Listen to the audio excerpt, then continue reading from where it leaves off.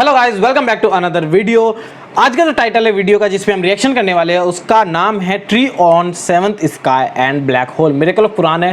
Tree पेड़, seventh sky सातवें आसमान पे जो पेड़ है उसके बारे में डेफिनेटली टाइटल के अंदर जो जैसा लिखा है उसके बारे में बताया जा रहा है, और ब्लैक होल के बारे में बताया जा रहा है। ब्लैक होल अंतरिक्ष में एक चीज़ होती है जो ब्लैक होल, डेफिनेटली आप लोग अगर साइंस के स्टूडेंट तो आप लोगों को पता होगा कि ब्लैक होल के बारे में क्या है और ब्लैक होल किसे कहा जाता है। बट मिरेकल ऑफ कुरान, इसके अंदर कुरान से क्या रिलेटेड बातें हैं ये हम वीडियो के अंदर देखेंगे कंप्लीट। कोई ना कोई इन्फॉर्मेशन हमें जरूर मिलेगी। इन्फॉर्मेटिव वीडियो है, आप लोग लाइक कीजिएगा वीडियो अगर आपको पसंद आ रही है, और चैनल को सब्सक्राइब किए बिना मत जाना अगर आप चैनल को न्यूली विजिट कर रहे हो। तो फिलहाल हम वीडियो को स्टार्ट कर लेते हैं। अस्सलाम वालेकुम दोस्तों, मेरा नाम है असीब शफकत और आप देख रहे हैं हंसी टीवी। हंसी टीवी की वीडियोस हमने बहुत सीखी हुई है, वैसे बहुत अच्छी भी है। आप सबने यकीनन हमारी इस अजीम शान कायनात में मौजूद अब तक खोजे गए सबसे पुरस्कार ऑब्जेक्ट्स ब्लैक होल्स के बारे में तो यकीनन सुना होगा, जो कि किसी बड़े साइज के सितारे जिसे रेड जाइंट कहते हैं इसकी मौत के बाद पैदा होते हैं। इनकी ग्रेविटेशनल फोर्स इस कदर ज़्यादा होती है कि रोशनी भी इनसे बाहर नहीं निकल सकती, और यही वजह है कि ये जहाँ पर भी मौजूद हों वहाँ दूर दूर तक बस अंधेरा ही होता है। इसीलिए इंसानी आँख से इन्हें देखना मुमकिन नहीं। कोई भी मैटर, लाइट या रेडिएशन अगर एक बार इसकी सरफेस तक आ जाए तो फिर कभी भी बाहर नहीं निकल सकती, और ये ब्लैक होल अपने आसपास मौजूद चीज़ों का मैस खाकर अपना साइज मुसलसल बढ़ाते रहते हैं, और इस दौरान इनकी फ्रिक्शन से निकलने वाली रोशनी कायनात की सबसे तेज़ रोशनी होती है, जो कि कई अरबों सूरज की रोशनी को मिलाकर बनती है, और इसे कई सौ लाइट ईयर की दूरी से भी देखना मुमकिन है। साइंटिस्ट के मुताबिक ब्लैक होल हमारी एक कायनात से दूसरी कायनात में जाने का रास्ता है। ये एक किस्म का शॉर्टकट है जो कि कायनात के कपड़े में एक सुराख को पैदा करता है। मगर फ़िलहाल ये एक थ्योरी है जिसे साबित नहीं किया गया, क्योंकि एक तो इन्हें ढूंढना इंतहाई मुश्किल काम है, और दूसरा कोई भी इसके अंदर जाने का रिस्क कभी नहीं लेगा। मगर हॉलीवुड की इंटरस्टेलर फिल्म के अंदर ये मंजर दिखाया गया है कि कैसे कोई शख्स ना सिर्फ एक ब्लैक होल के अंदर सफ़र कर सकता है, बल्कि इसकी दूसरी साइड पर निकल कर किसी और कायनात में बाहर निकल आता है। ये भी मूवी मैंने ब्लैक देखी होल है, की शेप किसी फनल या एक दरख्त की तरह होती है, जो कि ऊपर से चौड़ा और नीचे तने से छोटा होता चला जाता है। सन 2011 तक साइंटिस्ट को इस बात का अंदाज़ा नहीं था कि बड़े बड़े सियारे और सितारे इन ब्लैक होल्स के अंदर किस तरह और कैसे गिरकर चले जाते हैं। मगर सन 2016 तक ऐसे कई वाक़यात रिपोर्ट हुए जिसमें यह देखा गया कि कैसे एक ब्लैक होल किसी भी मैटर से बने ऑब्जेक्ट को, चाहे वो कोई सियारा हो या कोई सितारा या मैटर से बना हुआ कोई भी ऑब्जेक्ट, पहले इसे अपनी शदीद तरीन ग्रेविटी से टुकड़ों में तोड़कर अपने गिर्द लपेट कर अंदर निकल लेता है, या यूं कहें कि ये ऑब्जेक्ट इस ब्लैक होल के अंदर जाकर गिर जाते हैं। 1916 में पहली बार अल्बर्ट आइंस्टाइन ने अपनी जनरल थ्योरी ऑफ रिलेटिविटी के अंदर ब्लैक होल्स की मौजूदगी के बारे में बताया, जो कि सिर्फ एक थ्योरी थी। जिसके बाद वक्त आया साल 2019 का, जब ज़मीन से 50 मिलियन लाइट ईयर दूर M87 गैलेक्सी के सेंटर में एक ब्लैक होल को खोजकर इसकी पहली तस्वीर को पब्लिश किया गया। याद रखें कि हम इंसानों ने पहली बार 2019 के अंदर अपनी आंखों से इस वक्त इसे देखा जब हबल टेलीस्कोप जैसी एडवांस दूरबीन ने बेहद मुश्किल मरहलों से गुजरकर पहले ब्लैक होल की तस्वीर को कैप्चर किया। और अब आइए चलते हैं 1400 साल पीछे, जब कुरान करीम सूरह नजम के अंदर यानी सितारे वाली सूरत की पहली आयत के अंदर ही फरमाता है कि सितारे की कसम जब वो गायब होने लगें या गिरने लगें। तसव्वुर करके देखें कि क्या कोई उस दौर के अंदर ब्लैक होल के बारे में सोच भी सकता था, या उस दौर के अंदर ब्लैक होल की खसूसियात के बारे में इसका तसव्वुर करना भी मुमकिन था? बिल्कुल भी नहीं।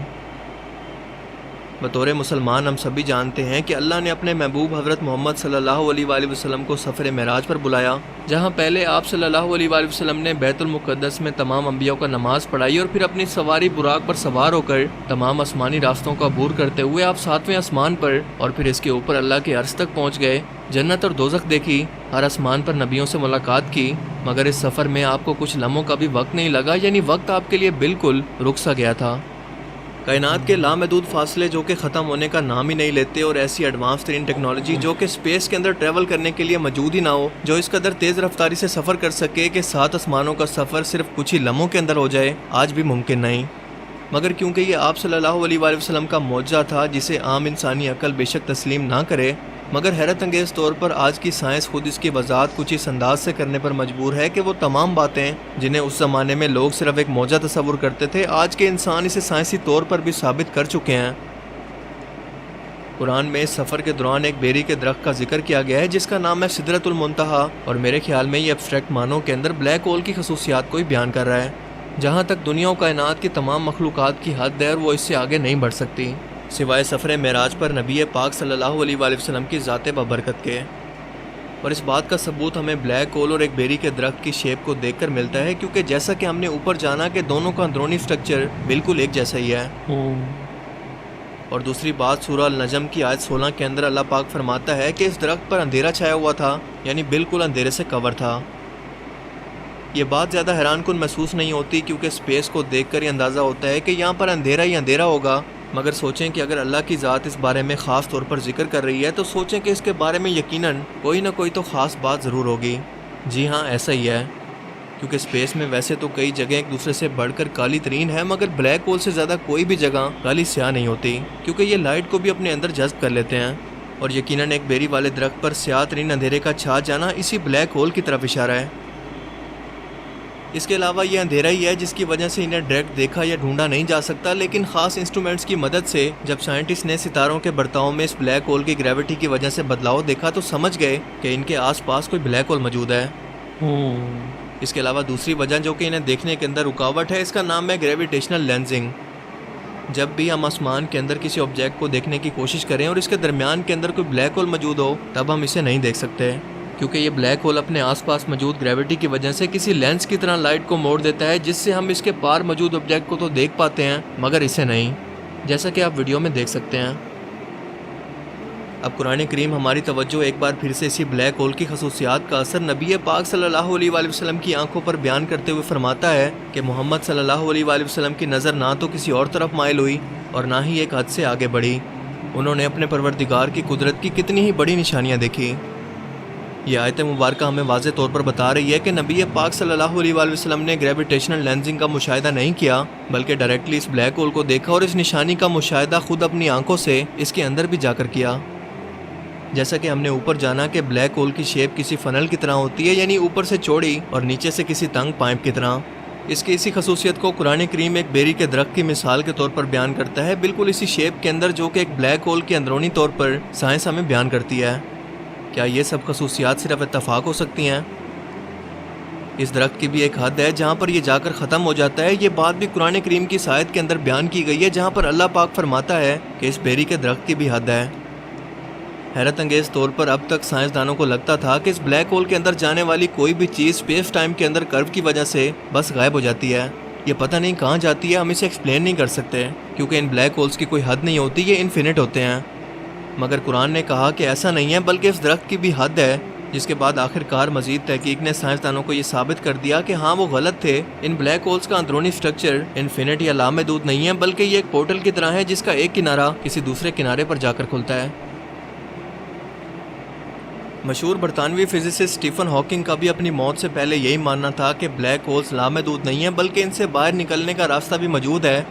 अगर आप किसी तरह से इसके अंदर पहुंच जाएं तो हार बिल्कुल मत मानें, क्योंकि कहीं ना कहीं इनसे बाहर निकलने का रास्ता ज़रूर मौजूद होगा, लेकिन वो रास्ता हमारी इस कायनात के अंदर वापसी का नहीं होगा, बल्कि किसी और कायनात का हो सकता है। मैं भी स्पेस में ट्रैवल करने का शौकीन हूँ, लेकिन इसे मैं खुद से ट्राई नहीं करना चाहूँगा। डेफिनेटली। अब जरा सिदरतुल मुंतहा की तमाम खसूसियात को एक साथ जोड़कर ब्लैक होल की खसूसियात और सफ़र मेराज से जोड़कर देखें तो हमें एक ऐसे दरख्त का जिक्र मिलता है जिस पर अंधेरा छाया हुआ था, वो सितारों को निकलता है। इसे आम इंसानी आँख नहीं देख सकती, इसकी भी एक हद है। ये एक कायनात से दूसरी कायनात में जाने का रास्ता है। इसके आसपास शदीद ग्रेविटी की वजह से वक्त रुक जाता है, और सबसे बढ़कर ये अल्लाह की सबसे बड़ी निशानियों में से एक निशानी है। कॉमन सेंस कहती है कि अगर ये सिर्फ कोई बड़ा या छोटे साइज़ का बेरी का दरख्त हो तो ये अल्लाह की इतनी अजीमुशान निशानी भला कैसे हो सकती है, जिसका मतलब कि ये वही अजीमुशान ब्लैक होल की तरफ इशारा है जिससे नबी पाक सल्लल्लाहु अलैहि वसल्लम ने सफ़र मेराज किया, एक आसमान से दूसरे आसमान तक सफ़र किया। और इस बेरी के दरख्त की तमाम खसूसियात बिल्कुल ब्लैक होल से मिलती हैं। जबकि कुरान एक स्टेप मज़ीद आगे बढ़कर इसे आसमानी रास्ता यानी एक कायनात से दूसरी कायनात का रास्ता भी बयान करता है, जिसे साबित करने में इस वक्त तक तो साइंस सिर्फ एक मफरूज़े की हद तक ही कामयाब हुई है, लेकिन ये सिर्फ कुछ ही वक्त की बात है जब ये बात भी साबित हो जाएगी और बताएगी कि कुरान और इसके उतारने वाली अल्लाह की ज़ात बिल्कुल हक और सच है। और आज की साइंस जिन वाक़यात को मौज़ा बताती है वो कुरान के सफ़ात पर आज से 1400 साल पहले मौजूद हैं, बस हमें आज समझ आ रही है। और इसीलिए तो बार बार कुरान पाक के अंदर अल्लाह पाक इंसानों से ये सवाल करता है कि तुम अपने परवरदिगार की कौन कौन सी निशानियों का इनकार करोगे। कौन कौन सी निशानियों को?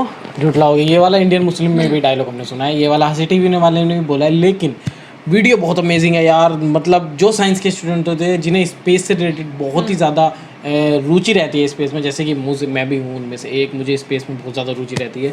और मैंने मोस्टली इंटरस्टेलर जिसकी इन्होंने बात की है वो मूवी मैंने देखी हुई है। स्पेस से रिलेटेड मैंने मोस्टली सारी ही मूवी देखी हुई है। लेकिन ब्लैक होल जो है, ब्लैक होल एक बहुत ही इंटरेस्टिंग ऑब्जेक्ट है, बहुत ही इंटरेस्टिंग बात है कि एक दुनिया से दूसरी दुनिया में जाने का एक रास्ता हो सकता है, पोर्टल हो सकता है। ये थियोरेटिकली माना गया है, प्रैक्टिकली कुछ नहीं है अभी इस तरह का। लेकिन डेफिनेटली वीडियो बहुत अमेजिंग थी, इंटरेस्टिंग वीडियो थी। आप सबको कैसी लगी, समझ में आई है कमेंट, कितनी समझ में आई है कमेंट करके जरूर बताना, लाइक कर देना, शेयर कर देना वीडियो को, सब्सक्राइब भी कर देना। मिलते हैं आपसे इस तरह की नेक्स्ट वीडियो में, तब तक के लिए tata bye bye and take care. Thank you for watching this video.